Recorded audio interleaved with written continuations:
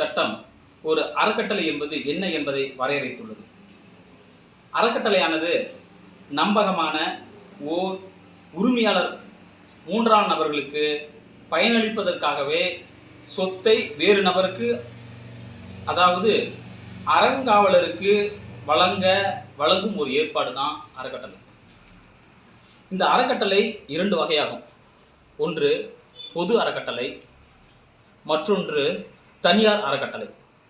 அந்த பொது அறக்கட்டளை அப்படின்னா, அதாவது பொதுமக்கள் தான் பிரதான பயனாளிகள் ஆவார்கள் அந்த பொது அறக்கட்டளை.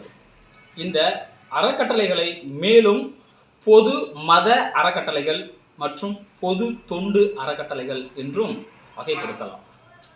அடுத்து சொன்ன மாதிரி தனியார் அறக்கட்டளைகள் என்னன்னா, இந்த மாதிரியான அறக்கட்டளைகள் பயனாளிகள் என்பவர்கள் தனிநபர்கள்,